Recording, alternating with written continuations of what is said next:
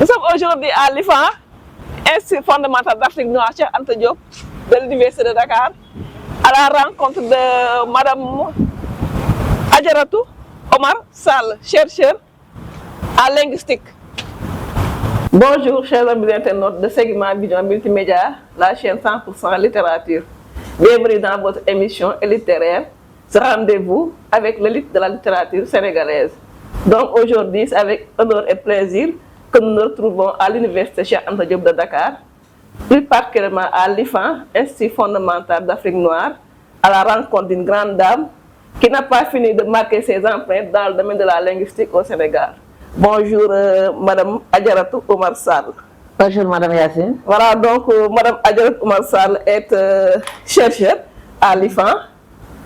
Elle est docteur des universités.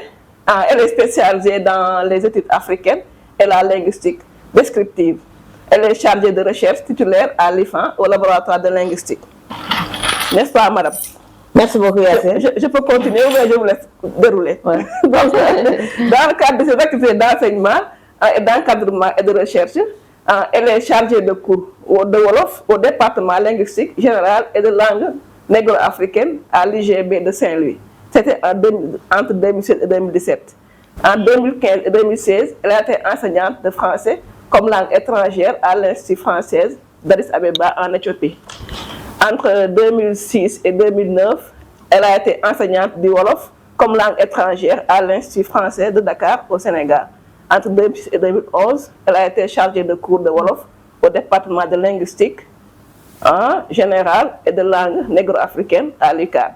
Dans le cadre de ses activités de recherche, elle a participé à pas mal d'activités de recherche dont nous allons énumérer quelques-unes, telles que le projet Sénélangue sur la description des langues au Sénégal en 2010 et 2015, l'étude sur les sémantiques de la cohésion et de la cohérence dans la phrase et dans les textes en Wolof, le programme Lecture pour tous en 2016 et 2018. Et l'étude sur les lectures thématiques en 2017-2021. Elle a également été membre du comité scientifique du projet SANSAS. N'est-ce pas? C'est SANSAS? Oui. Projet SANSAS de l'IFAN en 2021 et 2022. Je continue toujours sur le plan institutionnel.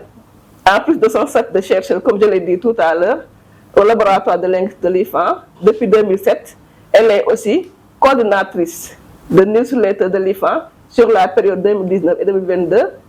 Elle a été aussi coordinatrice des causeries de l'IFAN entre 2016 et 2018. Avant de parler de la bibliographie, si vous avez quelque chose à ajouter par rapport à votre biographie, la liste n'est pas exhaustive, mais j'ai juste cité quelques exemples. Okay. Merci beaucoup Madame Yacine et je vous remercie de faire cette visite à l'IFAN au laboratoire de linguistique. Je remercie votre équipe de m'avoir donné cette opportunité-là pour me présenter un peu, pour vous dire qui je suis et sur quel domaine je travaille. Vous avez fait une présentation très exhaustive de ma personne, de ma modeste personne, et je vous en remercie. Juste pour compléter peut-être que j'ai commencé mes études en lettres modernes. Et là, je travaille sur le Wolof, sur les langues nationales. D'accord. Ouais. En fait, j'avais fait ma maîtrise en lettres modernes. Et quand je suis arrivée pour faire le mémoire de linguistique, de master, en fait, on dit master 2 maintenant, mais ça c'est juste les mémoires de maîtrise, j'ai travaillé sur la subordination en français, une étude comparative de la subordination, surtout en français et en Wolof. Et c'est ça qui m'a donné, en fait, qui m'a titillé et qui m'a donné le goût de travailler sur les langues nationales. Parce que je me suis dit, parce que la subordination c'est un domaine assez complexe en syntaxe. Et je me suis dit, mais tous les éléments qu'on a en français, nous l'avons aussi dans nos langues nationales. Parce qu'avant, il y avait des descriptions sur les langues. Mais on n'avait pas de description aussi poussée sur les langues, sur le plan syntaxique. Et donc c'est ça qui m'a poussé un peu à faire une thèse sur le Wolof. Et je l'ai fait en Allemagne. D'accord. Ouais, à l'université de Cologne.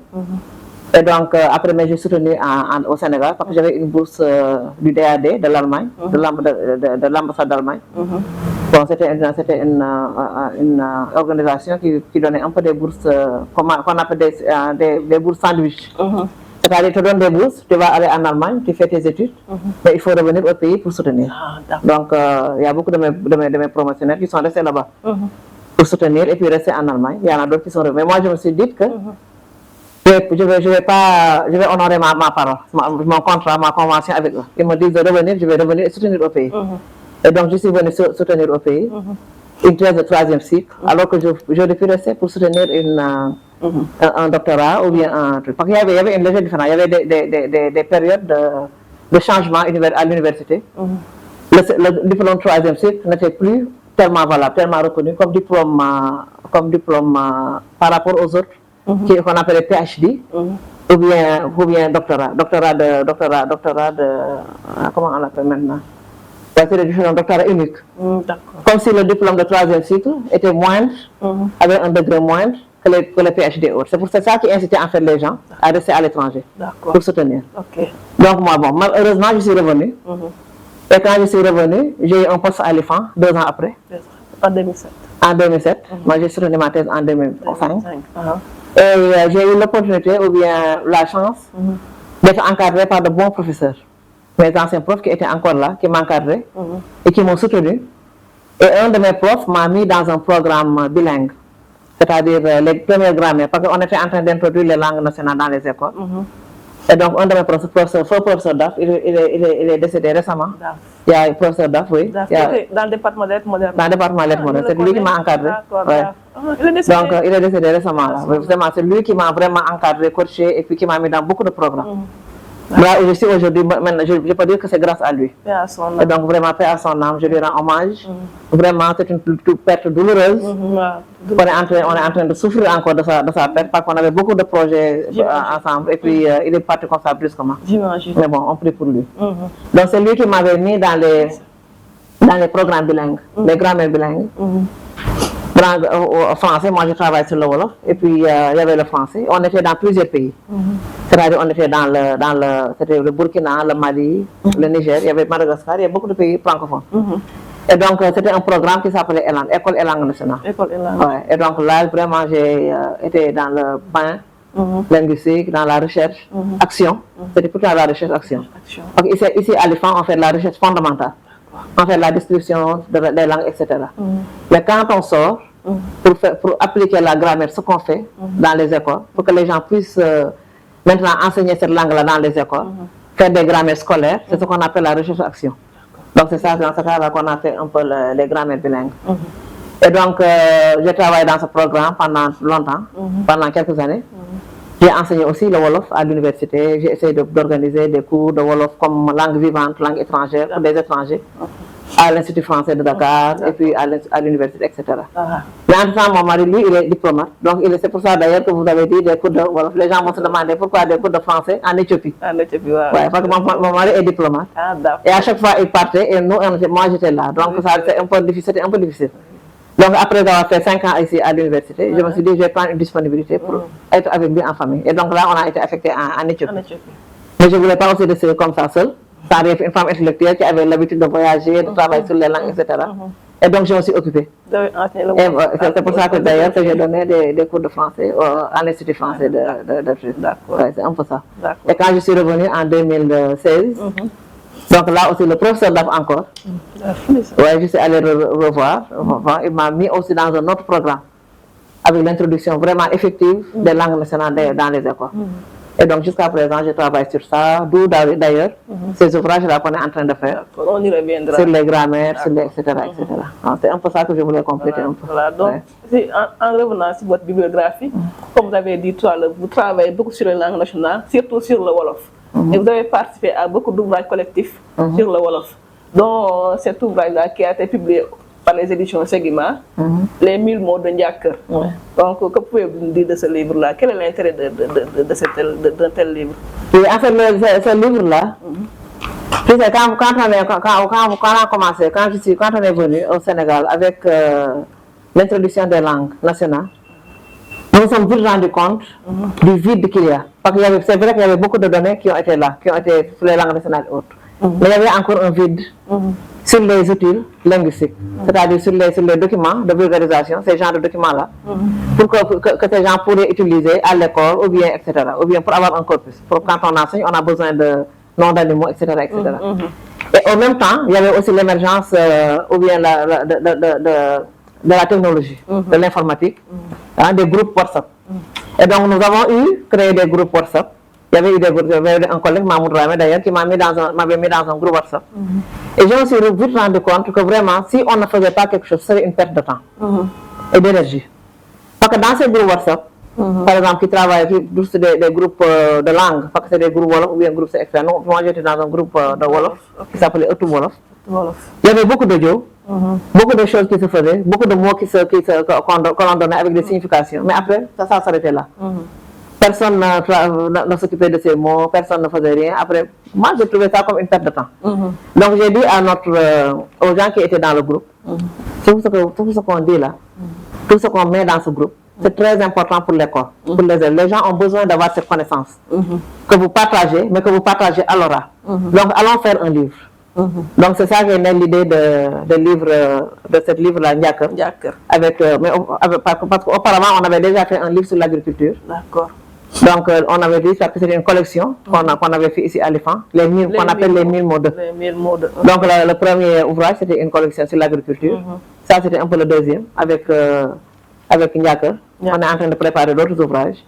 Et donc, heureusement, pour ça, on a vu Megan, parce qu'il n'y a pas de financement aussi de la recherche. Pour la publication, c'est très, très cher. Donc, heureusement, Megan, nous l'avons rencontré. De Seguima, Megan Kodou. C'est lui qui a un peu facilité aussi le travail, vraiment d'une grande générosité, d'une bonne volonté. On a pu aboutir un peu à ça. D'accord. Ouais. Donc là, on voit que les mots, c'est avec des objets, les animaux. Sur quelle base fait ce découpage-là? Découpage des mots, voilà. Oui, en fait, à chaque fois, on se réunissait pour l'organisation du travail. On se réunissait une fois par semaine. Je vois ici Canard. Oui, on se réunissait une fois par semaine. Et quand chacun donnait des mots. Chacun on donnait des mots en Wolof. Mais on avait un canevas. On se disait que pour chaque mot, nous allons donner la signification, la transcription phonétique du mot, la signification du mot, l'exemple d'utilisation lié à la culture ou bien au mot. C'est comme ça qu'on a commencé. Et donc, quand les gens donnaient des mots, tout le monde, chacun donnait des mots, et puis au fur et à mesure, le lexique s'est développé. Nous avons travaillé avec un logiciel qui s'appelle Lexic Pro, qui génère tout ça par ordre alphabétique. Et c'est ça qui a abouti à ce document-là. Et puis les groupes, les personnes qui participaient dans ce projet-là, c'est eux qui ont donné les images, etc. Par des chercheurs? Non, ce n'est pas des chercheurs. Pas des chercheurs. C'est des communautés c'est une communauté de langue. D'accord. C'est de diverses professions. Il y a des journalistes, il y a des maîtres de Coran, il y a des professionnels de théâtre, de cinéma, etc. Ça dépend. En tout cas, c'est un très bel ouvrage, avec des mots que moi-même je ne connais pas. Je vois des choses. Il y a beaucoup de mots Wolof, donc c'est à découvrir. Je le conseille à tout le monde. Maintenant, on va parler. Et donc, il y a une spécificité également. On a fait une petite introduction dans ce livre pour montrer un peu les spécificités du Wolof, et surtout les classes nominales. Tu sais, en fait, en Wolof, ce qu'on appelle, c'est une catégorie grammaticale, ce qu'on appelle le genre en français. Par exemple, le ou la, en français, par exemple, la maison, le cheval, le mouton, la vache, etc. Ça se décline autrement en Wolof. Parce que nous avons un système de classe, de classification nominale, c'est-à-dire classé, c'est classer un nom. C'est-à-dire ce sont des consonnes, une liste de consonnes qui vont avec des voyelles et qui permettent de dire, qui permettent de donner un peu, genre entre guillemets, du nom. Parce que chaque mot a une classe spécifique. Par exemple, quand je dis nit, la personne, on ne peut pas dire nit bi. C'est pas possible. Nit va toujours avec que. Nit ki. Nit ki. Ok. Tu vois? Quand c'est au pluriel, on dit nit ni. On ne peut pas dire nit yi. C'est ça ce qu'on appelle le classificateur. Chaque classe va avec un mot, avec un nom. Et les gens ont tendance à mélanger les classes. Surtout à Dakar, dans le Wolof citadin de Dakar, les gens ont tendance à dire do pour tout. Alors que cette classe-là a des significations, pour changer la signification du mot. Par exemple, c'est ce qu'on a essayé de montrer un peu dans l'introduction. Par exemple, si on a khar, le mouton, kharmi, quand tu dis kharbi, ça c'est autre chose, tu veux dire quelque chose qu'on coupe. Un bois qui a été fendu. Nous on dit tout le temps kharmi. Oui, alors que c'est pas le sens. C'est kharmi. C'est kharmi. Alors que ces erreurs-là, on n'ose pas le faire en français. Ah oui. Mais on le fait facilement en wolof. Voilà, quand on fait une faute en français, c'est quand on fait une faute en français, tout le monde te regarde, tout le monde te dénigre, etc. Ça, cela veut dire que nous ne respectons pas. Ça, c'est vrai. Nous ne respectons pas nos langues maternelles. Les langues sont d'égale dignité. Le wolof a la même dignité que le français, que l'anglais, etc. Très intéressant. Le wolof a un code orthographique, a des découpages de mots, etc. C'est une langue comme tout on respecte le français, on n'ose pas écrire une faute en français, mais nous, on fait beaucoup de fautes en wolof. Et tout le monde s'en alors c'est une langue comme le français. Donc c'est ça l'intérêt aussi de ce livre-là. Ce n'est pas une mauvaise volonté. Je ne sais pas, c'est pas quelque chose de volontaire. C'est que les gens ne connaissent pas, ne savent pas, tout simplement. Mais si les gens savaient, ou bien si les gens avaient beaucoup plus d'informations sur les langues, je pense qu'ils auraient fait des efforts. Parce que là, en ce moment-là, ils sont en train de faire des efforts quand même. Donc c'est ça l'intérêt un peu de ce livre-là, de diffuser cette connaissance, de faire la transmission de nos langues, de nos structures grammaticales, phonologiques, etc. Donc, par exemple, quand on cite des animaux, c'est tout le temps avec mi, ou bien c'est pas tout le temps? Non, ça dépend. Hein. Non, ça dépend de la c'est un peu irrégulier quand même. D'accord. Les classes sont très irrégulières. C'est pour ça, même là, en français aussi, les classes, les genres irréguliers. On apprend le mot avec le genre, français, avec le français, le masculin et le singulier. En anglais également, pareil. Il faut le faire aussi avec nos langues. Il faut apprendre le mot avec sa classe, avec son classe. Bon, je pense que c'est avec ce livre, Les 1000 mots de Ndiaker, publié par les éditions Seguima. C'est un livre très intéressant. Bon, maintenant, on va parler de l'introduction des Français dans le système éducatif. Des langues nationales. Des langues nationales. Des langues nationales. Des langues nationales. Parce qu'actuellement, on en parle beaucoup.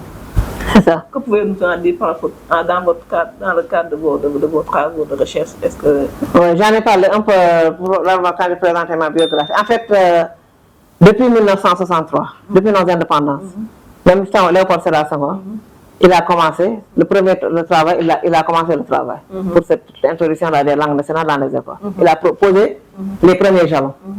Parce qu'à la base, nos langues n'avaient rien du tout. C'est vrai qu'il y avait beaucoup de blancs, les colonisateurs qui avaient travaillé sur les langues, qui avaient fait beaucoup de dictionnaires, de lexiques, qui datent des siècles, de 1700, etc. Mais il n'y avait pas une harmonisation orthographique, une harmonisation du découpage des mots. Donc quand on est arrivé à l'indépendance, Senghor a eu une politique vraiment linguistique. Bon, ce n'est pas une politique linguistique officielle, mais on a dit que le français était la langue officielle, mais qu'on allait aussi avoir des langues nationales comme langue officielle. Donc les premières langues, nous avons au Sénégal, pour le moment, nous en avons 25. Les langues nationales. D'accord, les langues nationales. Les langues nationales. Donc avant d'introduire l'introduction, je vais un peu montrer le processus. Donc nous avons à peu près une vingtaine de langues, disons 25, pour le moment. Peut-être on en a plus. Parce que quand on fait de la description linguistique, on va voir si on a plus de langues ou moins de langues. Par exemple, quand on dit Diola, il y a beaucoup de langues, de dialectes, qui sont considérées comme du Diola. Alors que quand on fait réellement la recherche, on voit que des langues sont parfois des langues qu'on appelle Diola, ne sont pas du Diola. C'est une autre langue. Donc ça, il faut les comptabiliser comme langue et pas comme des variantes du Diola. C'est la même chose aussi pour le sérieux. Donc au fur et à mesure que la recherche se développe, peut-être les langues également vont dire que le Sénégal, là on dit 25, peut-être on en aura 28 ou bien 30, ça dépend. Il y a aussi des langues qui disparaissent. Quand tu vas dans le Sénégal oriental, il y avait une langue qui s'appelait le Bapen. C'est une langue qui est morte. C'est une langue qui a disparu. Donc il y a les langues vives comme des êtres humains. Maintenant, Senghor, les 25 langues, on ne peut pas mettre toutes ces langues-là comme langue nationale, comme langue officielle. Senghor avait considéré 6 premières langues. 6 premières langues en fonction des zones géographiques du Sénégal. Donc c'était le Wolof, le Pulaar dans la zone du Nord, le Diola en Casamance, etc. Le Sérère, le Sine, etc. Le Mandinka qui est une zone transfrontalière avec Mali et le Soninké. Donc ce sont ces 6 langues qu'on avait considérées comme langue nationale. On l'a mis dans la Constitution. Donc une langue nationale, c'est une langue qui a été codifiée, c'est-à-dire il y a une harmonisation orthographique. Et quand on fait une recherche sur la langue, la recherche est posée, on a établi une grammaire et tout, des dictionnaires. On sait maintenant quels sont les alphabets, comment on peut découper les mots, tout ça a été bien posé. Maintenant, on fait un décret orthographique et de découpage des mots. Et en ce moment-là, ce décret-là est signé par le président de la République. Et c'est ce décret quand ce décret sort, ou bien quand on fait la codification de cette langue, c'est à ce moment-là qu'on parle de langue nationale. Vous voyez, donc on peut dire que toutes les langues du Sénégal ne sont pas encore langues nationales. Il faut d'abord faire des recherches pour vraiment voir l'harmonie vocalique, le découpage des mots, le découpage l'orthographe, etc. Que tout cela soit stabilisé avec un décret. Comme ça, cette langue nationale, on peut considérer ça comme une langue d'école. On peut l'enseigner dans les écoles. D'accord. Ouais. Donc, pour le moment, on en a 25. 25. 17 qui sont reconnus comme étant des langues Non, nationales. les 27 langues, 25 langues du Sénégal. On a 22 langues nationales. Avec 12, je pense 17 qui sont codifiées avec un décret. Ouais, c'est un processus qui va se faire au fur et à mesure. D'accord. Mais est-ce que là, ça ne va pas poser un problème, le fait d'introduire ces langues-là dans... Non, on ne peut pas trop... oui, je vais venir sur ça. D'accord. Donc à l'époque de Senghor, ils ont commencé beaucoup de programmes. On a commencé les programmes télévisuels, etc. Mais tout cela, c'était pour un peu, pour aussi mieux enseigner le français. Parce que l'enfant, il est dans sa maison.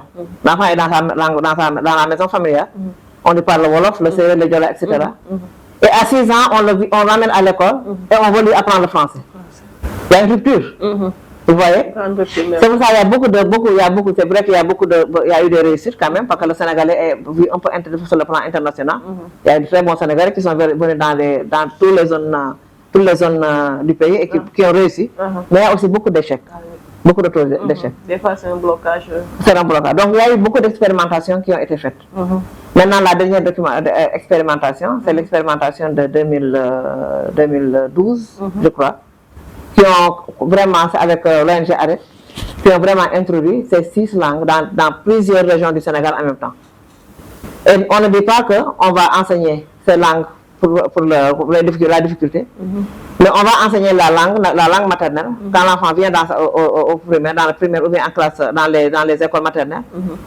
L'enfant apprend dans sa langue maternelle pendant les 3 premières années. Et au fur et à mesure, on introduit le français. Ce qui fait que l'enfant n'est pas déconnecté. Vous voyez, on lui apprend d'abord l'alphabet de sa langue, on lui apprend les mots de sa langue. L'enfant est là, il s'intéresse à l'école, il participe.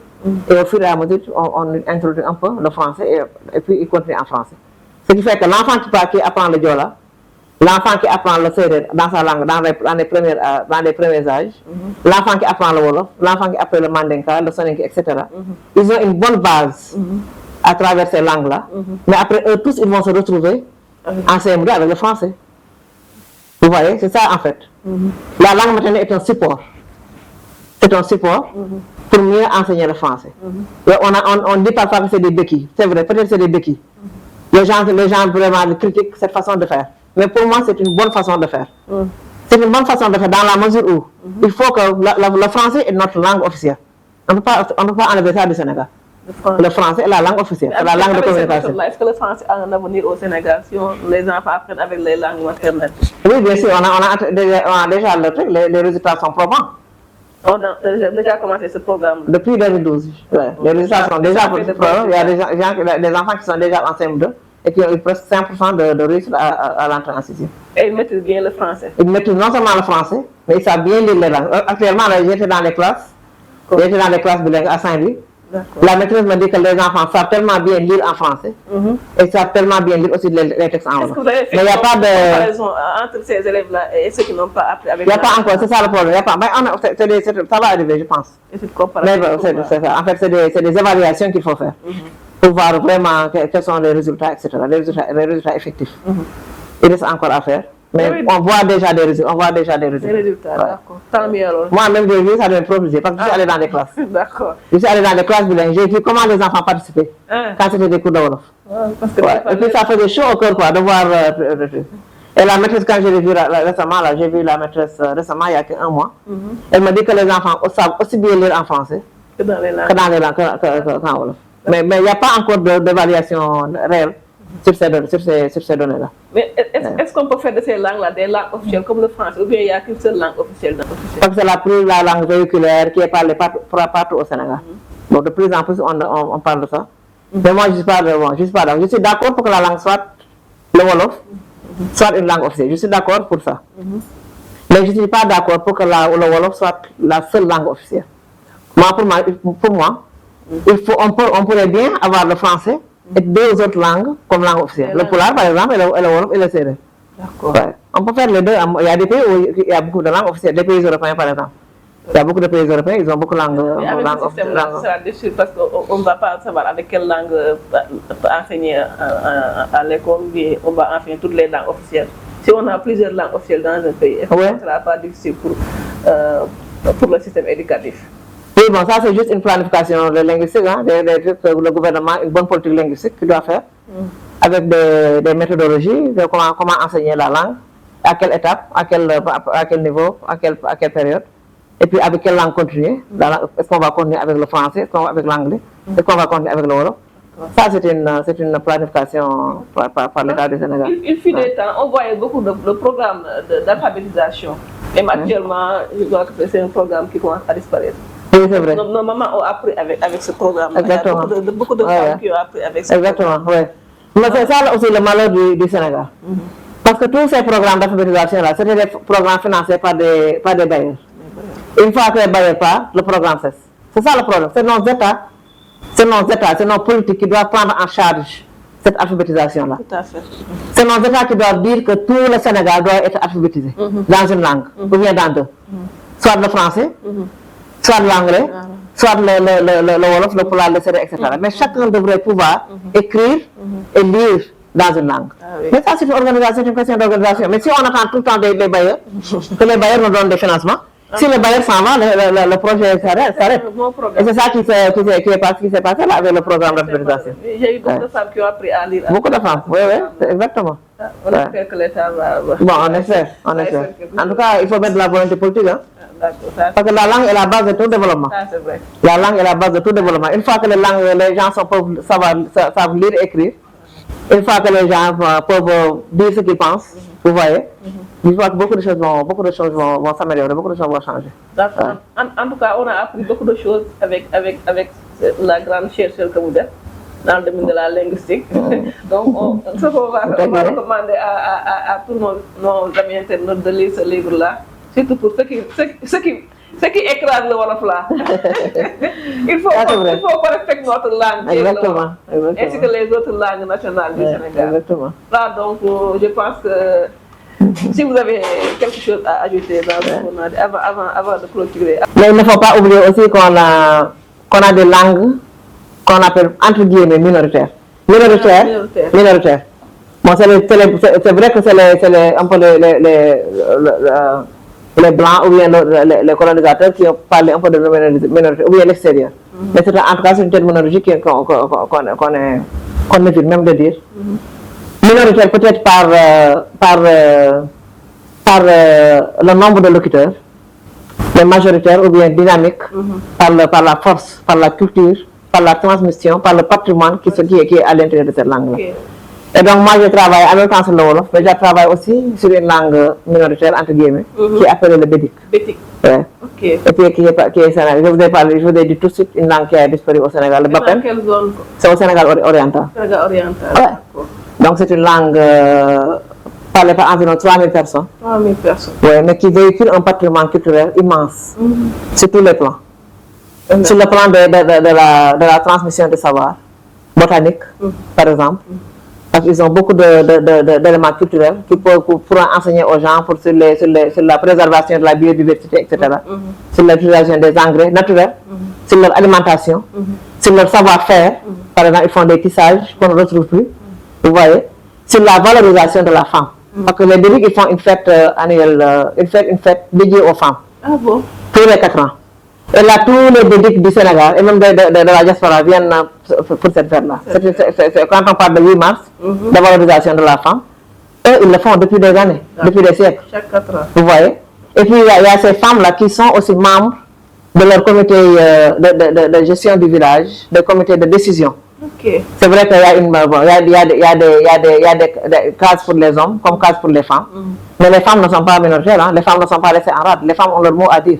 Okay. Donc c'est une société égalité. Et pourtant c'est une langue minoritaire ici au Sénégal et qui ont des valeurs qu'il faut montrer aux Sénégalais et qui disent que nous importons trop de valeurs de l'extérieur alors qu'eux ils ont des valeurs qui servent aussi qui servent aussi d'exemple. Mais comment donc je travaille un peu sur ces langues. Cette langue-là soit répandue, soit connue par tous les Sénégalais, parce que moi, c'est la première fois que j'entends parler de cette langue-là. Oui, c'est ça. Bon, c'est ça. Ensuite, c'est aussi un peu l'alphabétisation.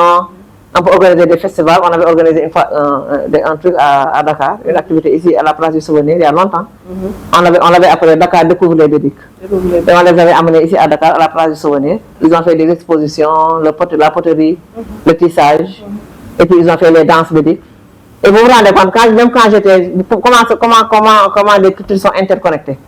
Parce que quand j'étais allée en Éthiopie, j'ai vu des ennemis qui avaient les mêmes cultures que les bédiques, qui avaient les mêmes formes de danse, vous voyez, les mêmes formes de poterie, etc. Alors qu'ils sont tout à fait à l'est de l'Afrique. Ils sont tout à fait à l'est du Sénégal, totalement opposés. Alors qu'ils ont des trucs qui sont trucs. Vous dire que l'Afrique est unique. Nous sommes un seul continent, mais nous avons beaucoup de choses en commun. Tout à fait. Qu'on devrait montrer, qu'on devrait valoriser, vulgariser pour nos enfants. À travers nos langues nationales. C'est seulement les langues et les cultures qui peuvent nous dire qui nous sommes. Les mots de la langue. C'est les mots de la langue qui peuvent nous dire qui nous sommes. Ça, c'est vrai. Ouais. Comment on est ensemble, comment on est liés. Parce qu'il y a des mots qui se retrouvent dans les langues. Et quand on voit les sens, c'est les mêmes définitions, c'est les mêmes choses, c'est les mêmes sens. Vous voyez. Et puis pourtant c'est des langues complètement différentes. Cela veut dire que nous sommes uniques, nous sommes un. Ouais. C'est ce que disait Cheikh Diop d'ailleurs. Il faut vivement que les dirigeants africains mettent un peu de sérieux dans nos langues nationales. Exactement, c'est ça. Qu'ils les valorisent. On le sait aussi. Voilà, donc, peut-être nous dire un petit mot sur les éditions Seguima avant qu'on... Je ne fais que les féliciter. Parce qu'en général, les éditions au Sénégal travaillent que sur le français, malheureusement. Il y a l'édition qui travaille sur le Wolof, il y a quelques éditions au SAD également. Mais vraiment, il faut diversifier. Il faut nous donner, nous, chercheurs et les autres, la possibilité de choisir, d'avoir beaucoup de possibilités. Et donc, c'était ça. Quand on a parlé de ce projet-là, il a été enthousiaste et il nous a laissé, c'était un projet très collaboratif. Parce que ce n'était pas quelque chose qu'eux, ils faisaient eux-mêmes. On a travaillé ensemble. Donc, c'était ça l'intérêt, quoi. L'intérêt du chercheur, de pouvoir placer ces mots, et puis lui, il va faire la mise en forme. Mais on discutait sur les thèmes ensemble, en commun. Et puis, c'était vraiment très agréable, dans de bonnes conditions de travailler avec eux. Parce que là, ils ont publié ce livre-là sans aucun moyen de financement, pratiquement à fonds propres. Et c'était vraiment minime, vraiment minime. Mais ils l'ont vu, ils l'ont fait. Je pense, et j'en suis convaincu, parce que j'en discuté avec lui, parce que c'est quelqu'un qui est militant des langues nationales, qui travaille sur les langues nationales, qui croit en nos langues nationales. Et c'est pour ça qu'il a accepté de travailler ça comme ça, même à perte. Mais il l'a fait quand même pour un peu vulgariser, valoriser nos langues. Et vraiment, ça, c'est appréciable, c'est louable, et je les remercie beaucoup pour cela. D'accord, merci beaucoup. Et j'ai encore d'autres projets avec eux. Nous espérons encore avoir d'autres éditions avec eux. Inch'Allah. Inch'Allah. Merci beaucoup, Mme Adjaratou Oumar Sall. Merci beaucoup. C'était votre émission littéraire avec Adjaratou Oumar Sall, chercheur à l'IFAN dans le domaine de la linguistique, qui travaille beaucoup sur la langue wolof et la langue bédique, comme elle a dit tout à l'heure. Bédique, qui n'est pas assez connue, mais qui est très importante.